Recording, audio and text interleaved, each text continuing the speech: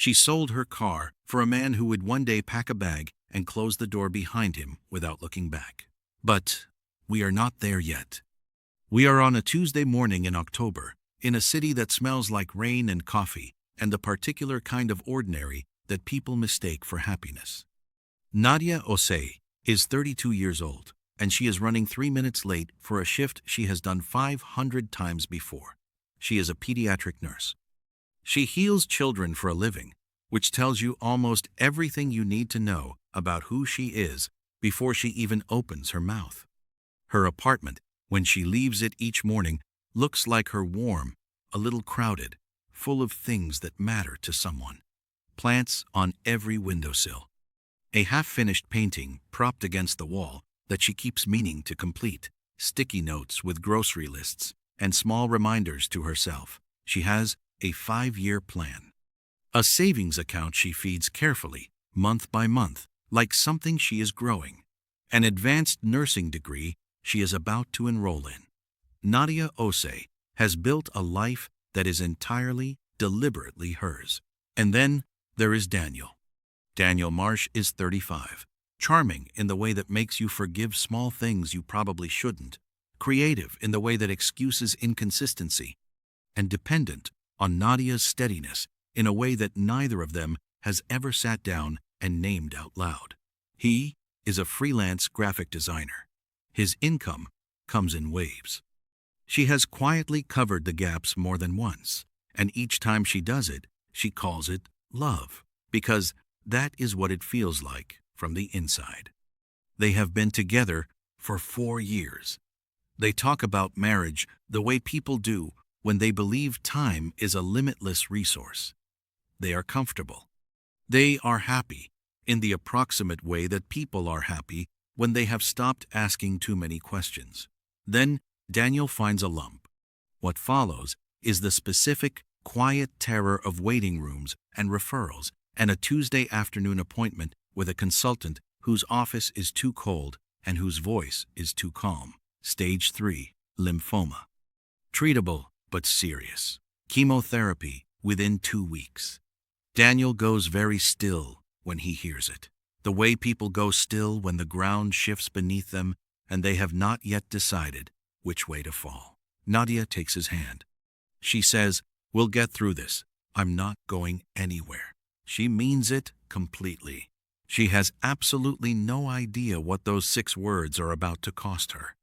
Because from that moment, Nadia becomes 2 people at once. By day, she is a nurse healing other people's children. By night, she is researching oncologists, pushing for second opinions, building spreadsheets of medications and side effects and appointment times. She is on hold with the insurance company at 9 p.m. after a 10-hour shift. She is driving him to chemotherapy at 5 inches the morning. She is holding his head at 2 a.m. and whispering that it is going to be okay, even on the nights she is not sure she believes it. She deferred her nursing degree enrollment, just for now, she tells herself. She picks up extra weekend shifts.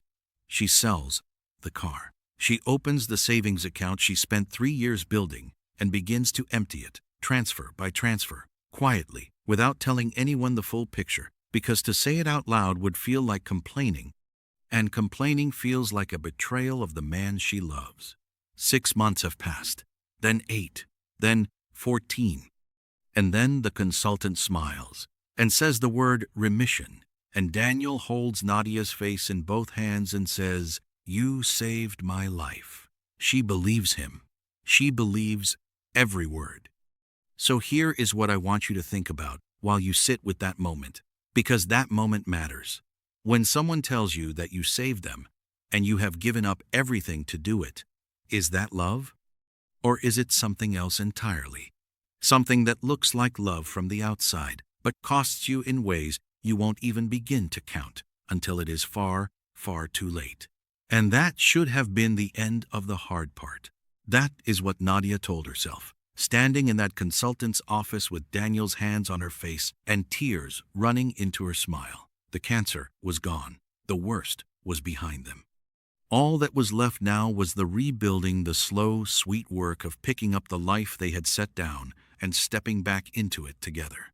That is what she told herself. She was wrong. The first sign is so small that she almost misses it. 3 weeks after remission, Daniel starts staying out late. Not every night, just enough. He comes home smelling like bars she has never been to, laughing about conversations she wasn't part of, buzzing with an energy that feels less like joy and more like escape. Nadia notices it the way you notice a draft in a room, not the source, just the chill. She tells herself he is celebrating being alive. She gives him space, because that is what Nadia does. She gives. She adjusts. She makes room. But then the spending starts. Daniel announces, without discussion, that he is launching a design studio. He buys equipment, subscriptions, a new laptop, because the old one isn't good enough for what he is envisioning. He talks about it with his eyes bright and his hands moving fast, and Nadia watches him from across the kitchen table and feels two things at once, a genuine flicker of pride and a cold, creeping dread she cannot yet name, because she knows what is in their bank account. She is the one who put it there. When she tries to talk about money, Daniel's jaw tightens. He says she is being negative. He says she doesn't understand what it feels like to almost die and come out the other side wanting more from your life. He says, I almost didn't make it, Nadia. I need to actually live now. And what exactly do you say to that? How do you argue with a man who survived cancer? How do you say your savings account matters when he can look you in the eye and say he almost didn't survive to spend a single penny of it? So Nadia says nothing. She goes back to work. She picks up another shift. She shrinks herself a little smaller and tells herself this is just an adjustment period. He will find his footing. Things will level out. They do not level out. 2 months after remission, Nadia's closest friend Tara sends her a message on a Wednesday evening. No words, just a screenshot.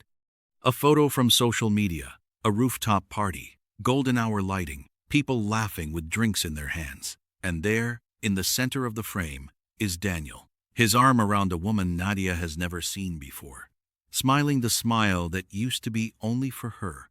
Nadia stares at the photo for a long time. She does not scream. She does not call him.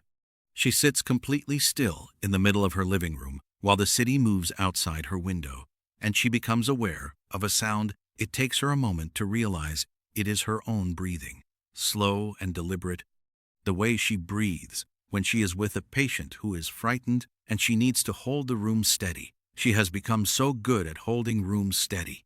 Even now, even here, even when it is her own room that is collapsing. Daniel comes home at 11. Nadia is sitting at the kitchen table with the lights on. She shows him the photo without saying a word. And here is what he does not do. He does not explain the woman. He does not get defensive. He does not apologize. What Daniel does is sit down across from her, look at the table for a moment, and then look up and say, very quietly, I feel like you see me as someone you rescued. Like I'm still a sick person in your eyes, and I can't be that anymore, Nadia. I need to figure out who I am now. I need to stop feeling like a project. A project. 2 years. 14 months of chemotherapy schedules and insurance calls, and 5 a.m. drives and nights on the bathroom floor, and a savings account emptied transfer by transfer, her degree deferred, her car sold, her weekends traded for extra shifts to keep them afloat. And the word he reaches for is project. Think about that for a second, because I need you to really sit with it. What do you do when the person you sacrificed everything for looks at you and makes your sacrifice sound like something you did to them? Nadia says nothing. She stands up, walks to the bathroom, turns on the shower, and sits down on the floor of the tub in her work clothes.